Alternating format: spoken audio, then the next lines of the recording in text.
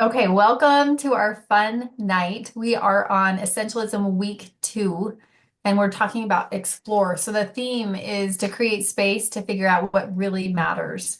Um, my name's Jen, and we're just all friends here, but we'll just kind of have some fun with this. So, um, I want you guys to kind of like take time.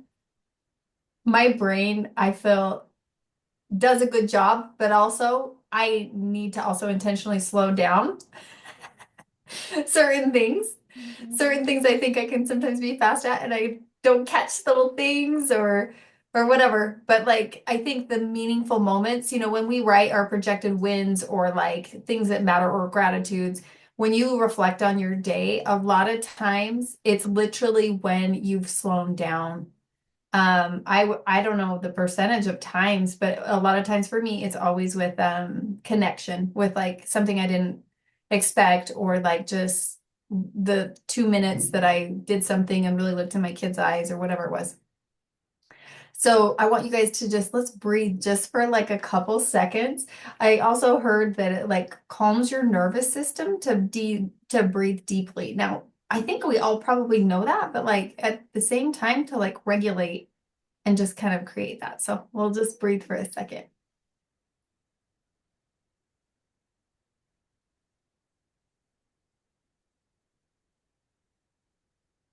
One more in,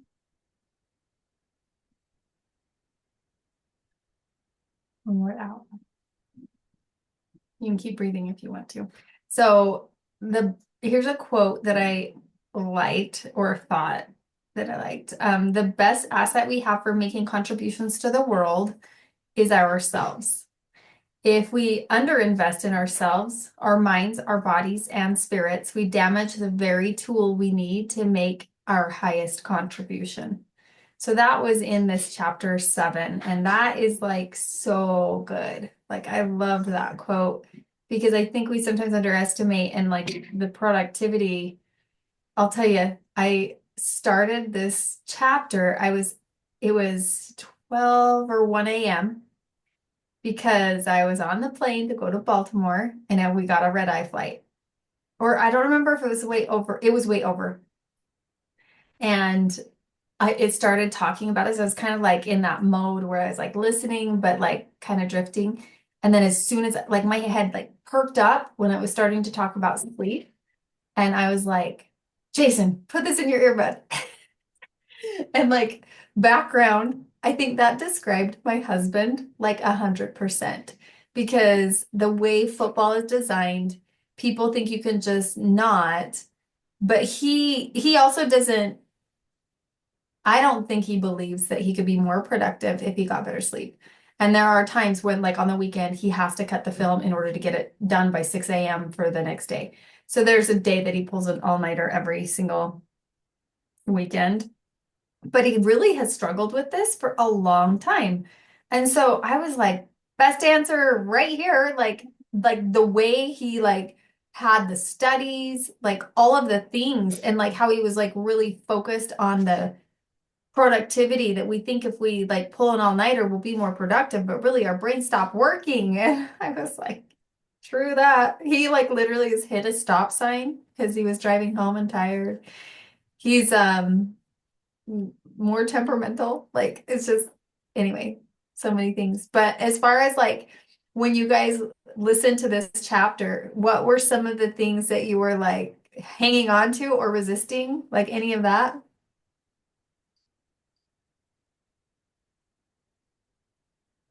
I can share. There was so much, but what's popping in my mind is I guess the last chapter I read in chapter 9. Um, but I have other stuff highlighted from other chapters. But it was talking about if it's not like a hell yeah, it's a no. And it just how important, like when we say yes to something, like don't just quickly say yes or agree so easily.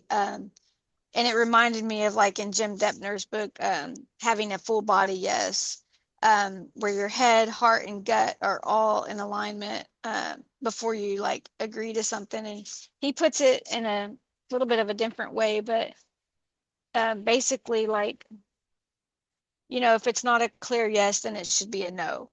And I remember Jim Depner saying something about if you if you're not in alignment, then you're setting yourself up for future resentment and suffering. And so just remember, like maybe you're making the easy decision now to say yes, but if you're really kind of agreeing to do something that you don't have a full body yes in doing, um, you may be damaging and ruining the relationship with somebody down the road because it's really going to build up inside of you. And so it's actually better to say no, thank you. I can't agree to doing this, to do this. Mhm. This also reminds me of Jared. 2 seconds. Jared will say too, if one of our hell yeses at the beginning was that you want to like, grow in a certain capacity or whatever, also understand that like the other pieces that go along like with that, like building a business or whatever, like being a mother, you aren't gonna say hell yes to the throw up. So there are certain things that we said yes to the principle of what we're doing, that there's some byproducts that aren't so fun. But anyway, I do think that that was so good and so true. And I have found myself delegating dinner a lot Mhm. lately. Anyway, Steph, what were you gonna say? Yeah, I love that part because of the full body yes thing. I think it's something I really try to practice. Like I'm very much like if I say I'm going to do something, I'm going to do it. So I'm pretty selective about what I say yes to. I really loved when he had like at the end of that chapter, like opportunities and then like what are the minimum criteria for this to be considered and what are the ideal criteria because I'm currently looking at switching jobs and this is a big deal for me. I'm really selective about what opportunities I will consider. And so it kind of gave me an opportunity to write that down for that. Because sometimes it's tempting to be like, oh, well, this pays a lot, but then you're sacrificing something else that you care about. So I have to be very like clear about what am I willing to do, which opportunity am I willing to take. Um, so that's just on that topic, but I really liked that. Um, it's kind of like we'll do a little popcorn. Anything that comes to mind, we can share anything. But I was gonna kind of reference, I had a couple highlights from the different chapters. So unless you guys have something to say, I'll kind of go into that. With chapter 5, it talked about the space, creating space to design. And I think this is like where also within, create your surroundings absolutely make a difference in what your priorities are and like what you do. Like on my wall, I have all these papers behind this computer. I have like a mug right here and like a drink, and I have my workout shoes, and I was painting. Um, okay, I need to back up and do something else too, but I was painting my house. The new house in my bedroom is dark blue.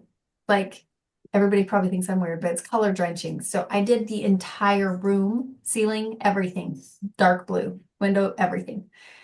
And I was so excited about like having a place where I can really sleep and kind of move in that. So space, like space designing my space was kind of cool to do that. And designing my space to think. Like I also have in my office, like I'm so excited to like not have to do it in my room. A lot of times I'll wake up at 6 and do like a power hour, and my husband's in the bed. And it's like a little bit awkward. So having like the ability to like do a routine and have that space to think and journal is really important to me. And it's just not as conducive in what I've got right now. And so I'm excited to kind of make that more of a necessity. Um, and did you guys think about anything when it came to we need space to escape in order to discern the essential few from the trivial many? So do you guys have a time where you're like reevaluating or thinking about the week or like just thinking? Have you guys started setting aside time to do that, or like what were your thoughts on that? I think my thoughts, I mean, I think it's awesome if you can actually get away and create space like I loved, like really escape and have space to think. But I think on like a smaller scale, we can do that just with our day and just taking time, like he talks about, like taking just 30-minute, like blocking 30 minutes of time just to sit and think and not do anything. Because I especially will get caught up in like doing one thing and then the next thing. And then it's just like busy, busy, busy. And we don't allow our brains space to think. And I noticed I've been a lot more intentional since reading this about just having times where I just let my mind totally rest and like not have like something to do, but just, and it's allowed me more space to think and allowed me to think of not like ruminate on what should I be doing? Because I'll do that. Like I'll get so busy that I'm like, oh, I should be doing something. But I've just kind of allowed that space mentally, and it's really helping me feel just better overall. Mhm. Anything for you, Amy? Yeah, I know that when I get still and quiet, it's almost like new aha moments come to me. But like when I'm just rushing and busy, I don't see those things. I don't get that. I don't know if you call it wisdom or whatnot, but those aha moments are like they just come and go so fast. But if you make time for just I don't really know, meditation or just not being busy. Like you can have a plan and your plan can be to not have a plan. And just like quiet time, stillness and not doing anything and just reflecting. I find that I get more good ideas come to me, or more like clarity, I guess is a good word, on just all aspects of life. So I definitely don't do enough of it. It's something I need to work on. Yeah. Um, but I know it's very, very important. Well, I kind of think about it as like meditation too, and like the whispering of, God whispers to us, I think, and it Hmm. kind of seems like you're describing that. Um, so chapter 6, see what really matters. Essentialists are powerful observers and listeners. Oh, I've come so far with trying to listen well. And I know there's still times where I'm like unconsciously interrupting or trying to like just say something too fast. Like, anyways, training ourselves to notice the vital few signals and paying attention to our energy or their energy and matching that and enthusiasm and alignment. I think that like centering ourselves and even in like situations as parenting, when we're aligned and other people are, dysregulated, it automatically kind of dysregulates you. And so like having that space as they were suggesting in chapter 5 to space to design, that taking that in the morning literally gives you more alignment to be able to deal with, and I shouldn't say deal with, but like to handle the situations with love and like purpose, even though it's totally half the time not like that, but we try. Any thoughts on energy, enthusiasm, alignment?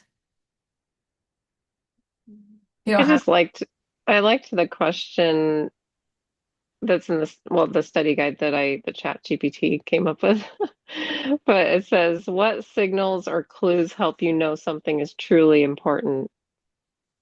And I think that kind of goes along with this chapter. And I just wondered if you had any thoughts about that. If either of you had any thoughts about that, like what signals or clues help you know something is truly important. I think that I've heard so many times that when we keep running into the same predicament or problem or issue, it kind of keeps coming up. It's just another little nudge saying like, hey, this is a lesson you haven't mastered yet, and you still need practice in this. And so it's just kind of I don't know if that makes sense, if that relates, but like a reminder that this is still one of your areas that you can work on or that you can focus on uh, to improve. Yeah, that's good. It kind of reminds me of Jen's story about Jason and sleep, Hmm. Well, I like have. hearing it and just like having that, like your ears perked up and you heard it. like majorly. And then I'll show her later my own sleep issues. Okay, so chapter 7 is play. And this was a fun quote that you guys had put in the chat earlier this week. But here's the quote. Play expands our minds in ways that allow us to explore, which is like that open, curious, willing to learn is above the line, right? To germinate new ideas or see old ideas in a new light. And this is like totally to me describing um, creation as well, and curiosity and creation above the line. And I think that it is amazing how we can learn from our children in this area. In fact, today Thea was playing with a pop can and then some Play-Doh, and she was making it into like an animal. And she got to a point where she's like, I don't know what to do. And I just like, I'm not going to go in there and answer that for her, like giving her space and time to just either create in a different way or whatever. So I'm so glad. And I don't know, you guys don't really have young kids, but for me, I have a rule that they don't watch screens during the weekdays. And there are so many times when my kids are going to play with Legos or they play with each other or they're playing outside, and they would not have done that if they had access to a TV. Like there's no way. So I think that's important is this play stuff. And so do you guys kind of think about any fun things that you guys can do maybe in the summer or for yourself or like in the next little bit that is in this realm of play or like a hobby or interest in any of those areas? I mean, I've been hiking on Sundays, and I had I think I might try to do bike riding a little bit. So like switch it up a little bit and maybe just because I've got a bike, but it's been sitting in the shed and I probably need to like, spruce it up a little bit, clean it up, put some air in the tires, but it's just been sitting for a while. I don't think I've rode it in several years, but maybe just start taking little bike rides. Um, that's one idea I've kind of had, but also just in relationships, like I think like at work, like I work with different clients and um I had done a training. We have a lot of access to a lot of trainings to do as caregivers. And I did one on helping seniors with recreational activities, that it's not just about like their basic needs, but helping them to enjoy life. And maybe they had hobbies that they used to do, but they can't do them anymore, and about adjusting to make it doable for them now, make modifications to where they can somewhat do it. And so I had asked one of my clients when's the last time he did anything for fun. And he's legally blind. And he said, I haven't done anything for fun since I went blind. And he's been blind for like 3 years. And I said, how would you like to try bowling? And he said, yeah. And so I took him bowling, and he hasn't done anything for fun in years. So making it a priority to not just worry that they have their basic needs met, but also where can we add fun into their life. So I'm doing that with some other clients as well. So That's That's that's really cool. you should share that on social media somehow. That's really I cool. don't I don't share anything about my clients just because Do you do it they're anonymously or no? maybe anonymously, but I don't do anything that if they saw it, they may, because they're not, a lot of elderly people don't like all of the social media stuff, and they think we should communicate the old fashioned way, and they don't adapt. It's very hard to get them to adapt to the way the world is now. Well, good for them. They don't need social media at their age. Yeah, like I tried to get one of them to use a QR code the other day, and they got so mad and just irritated and like, I want instructions to come with things. And I'm like, well, sometimes they just come with the QR code now, and you have to pull them up on your phone, and they get so frustrated. And it's like, I want them to be mentally flexible, but it's also it's a process. Yeah. So yeah.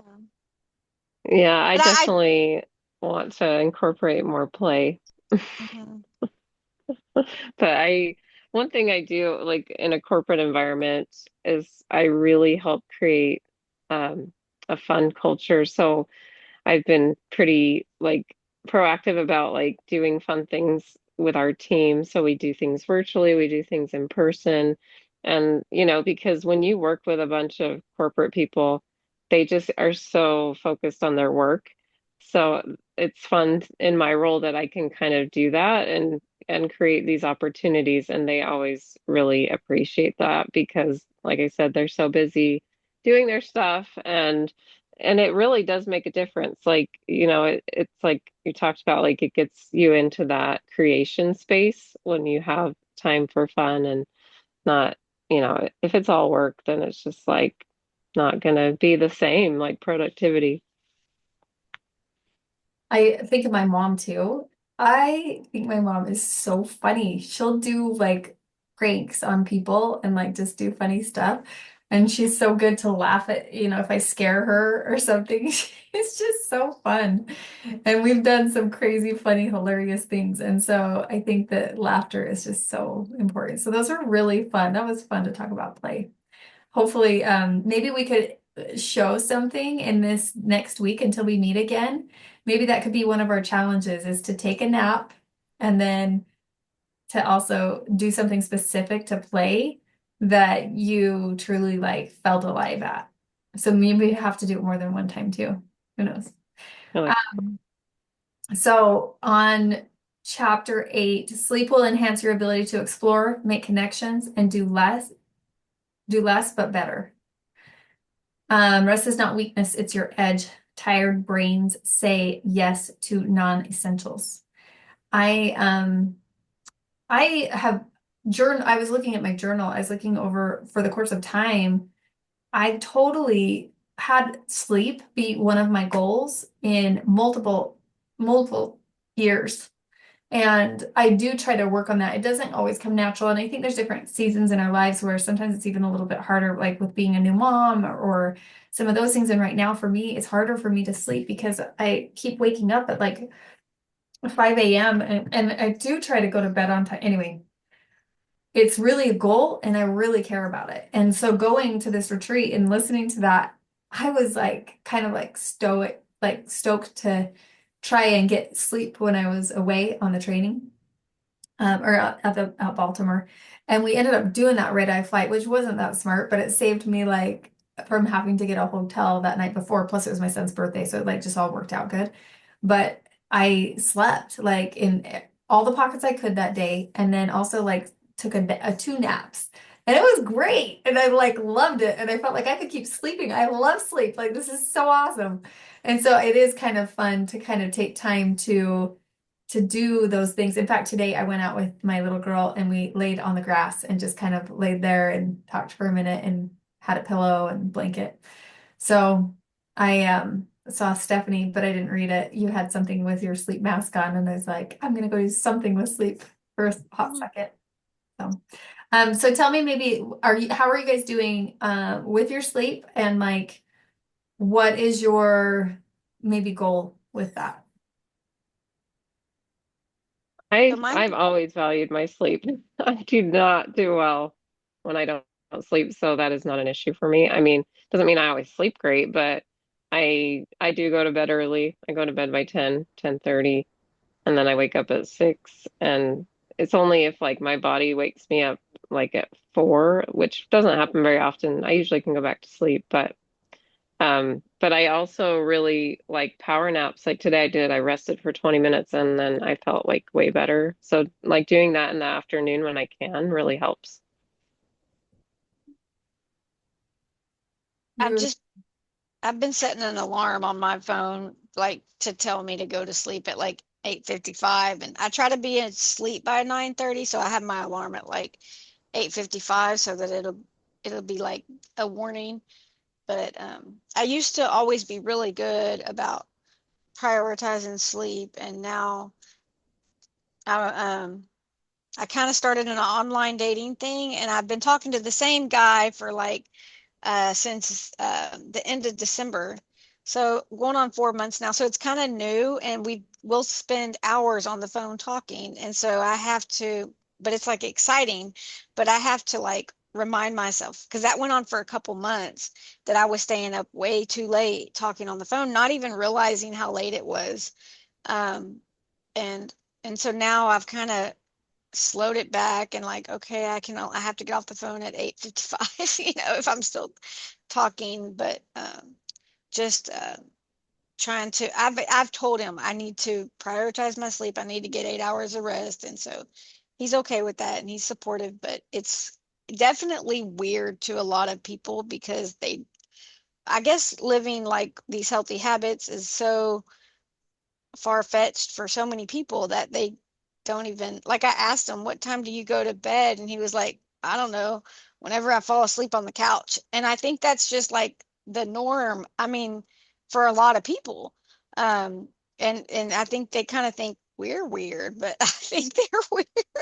But yeah, I'm just And I think that taking care of our health allows us to almost be better with people, right? Like we're more yeah. present, we're more, if we get our sleep, we can, it just talked about that in that quote that I said. So it's interesting, but it's also like other people don't know what they're missing too. Mhm. And like takes time to kind of change habits too. So what's I mean, when I don't get enough sleep, I am like total, like it's so different. I don't like it because I'm irritable. yeah. All I can think about is like I want to go to bed, and and then you make worse choices. Like you crave things that will give you a lot of energy, so like sugar. Um, your inhibitions are down. I mean, that story in the book was powerful, but you really are like a drunk person if you get like so many or so few hours of sleep. It's literally like the same thing as being drunk. And I mean, I felt all of that. And I think that's why I do prioritize it, because I've been like, when I don't get sleep, I know how that feels and I don't like it. Yeah. Wow. So true. I don't know if this has been talked about before because I came in way late, sorry. Good. But I've been studying that with sleep, you can't, and you probably already know this, but you cannot make up what you lost.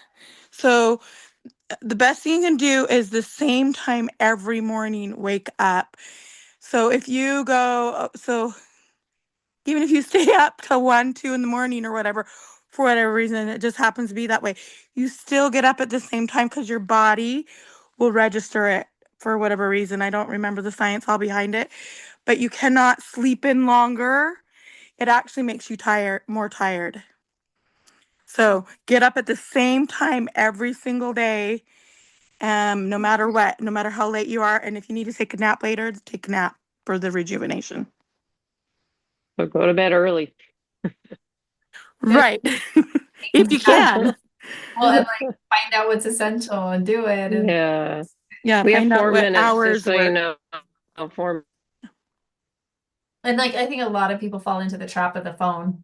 Like I know I've had nights where I'm like on my phone way too late. So yeah, that's something too. Okay, so chapter 9, the power of extreme criteria. If it isn't clear, oh, this is the heck yeah, hell yeah. If it isn't a clear yes, then it's a clear no. Use a higher bar for what you allow into your life. Essentialists are not afraid to wait, pause, or pass. And I think that's a good idea. If you have trouble like thinking about things, like say, I don't know yet, give me a hot minute, to decide. So, I think too, like having your values really clear yeah. is just such a precursor to all of it, because it really makes it easy to know, like, to not be a yes person, like to everything. If you really have it clear what your values are, what is important. Yeah. What's something in you guys' lives that might not be a clear yes that you are like evaluating?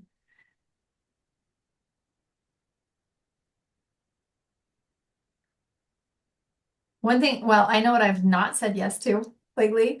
Like, I've not said yes to very many things for my kids' schools. Like, I could go, there's been a couple field trips, and I did ask if I could, but I'm not like beating the bush down to go. And because I am trying to paint my house, and like this is a time that's been crazy, and my oldest is graduating high school. My daughter's getting married. I could go on. So I just have really kind of taken a back seat, kind of hid a little bit. And like there's like these class parties, there's like all of these things, and I'm just like, I'm not gonna do it.